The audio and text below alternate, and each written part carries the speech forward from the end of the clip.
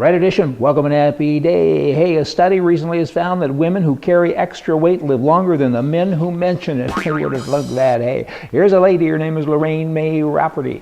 She's a candidate to be governor in Oregon, the US of A. She has very strong conservative views and the press liked her. It's kind of encouraging because for the most part it's a Democrat state. I mean, the right has kind of been losing to the left for a good number of years, and she's coming out with some pretty strong statements, and for whatever reason the people like it. I mean, they're coming out of the ether, maybe, who knows, but she's kind of got an edge to her. She says homosexuality is wrong. It's a sin. It's kind of like murder. Abortion, that is murder, and everybody should go to jail. And she says, when I get to be governor, we're going to fix that, and a whole bunch of other things we'll see. The Mississippi governor, his name is Phil Bryant, and he recently signed a very controversial bill, and he called it the Mississippi Religious Freedom Restoration Act. He says, you know, we've had issues in the state, and like they do in every state across the entire nation, people come in, gay people come into hotels and restaurants and printing shops and say, would you please do this for us? And people say, it's against my religion, I don't want to, and they go to court, and typically they always lose. This governor says, you know what, they can do whatever they want. Business is business. If you have a religious belief, that's your business, and if they don't want your business, take your business elsewhere, and he has signed this into law. That means basically that a company, so say the Democrats, a company can use its religious beliefs to discriminate against gay people. You know what, it can certainly use their religious beliefs to not deal with gay people.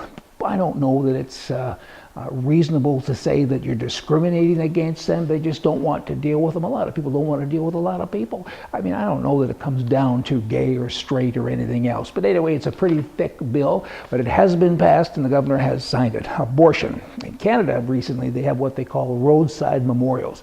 They're commonplace, actually. They're alongside many thoroughfares in Canada. They serve as respectful reminders of people who once were alive and are now gone, so say the directors of We Need a Law.ca. Pretty informative and interesting website talking about abortion. Abortion is an interesting topic. I mean, I've had the conversation with many people. It's a tough one for me to have because I'm a hypocrite. Because I don't believe in abortion, but I believe if a woman is raped, she should be able to have an abortion if she wants. So right there, I become a hypocrite. I believe that we should have a government, or I wish we did, that could tell me what's right. I mean, when does life actually begin?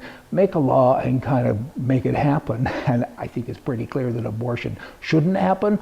But again, I'm just a layman, and why is everybody talking about it for so many years? Don't we have scientists? Don't we have people with minds? And then they have the women that say it's okay to have abortions, but I'm against select sex abortion. They're hypocrites too.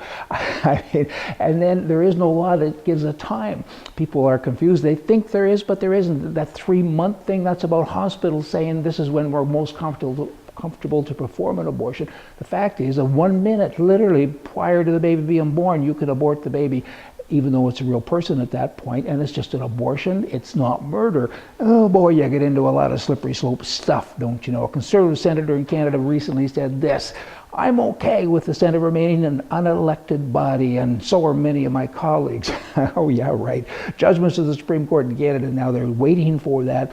There's been so many scandals and different things, and the judgment is going to be about reforming the Senate. If in fact it is reformed, then provinces can hold elections, and then the Prime Minister can keep on with a socialistic, communistic ritual of still picking. So you guys have an election and decide who you want to be a senator, then I'll pick.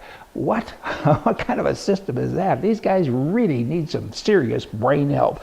And then and it'll be 9-year term limits, and then they get all their entitlements and everything else. I mean, it doesn't change anything. You're just kind of moving this horse, the black horse, over here, and it's now a white horse. You're still riding the same horse, and you're feeding it way too much stuff.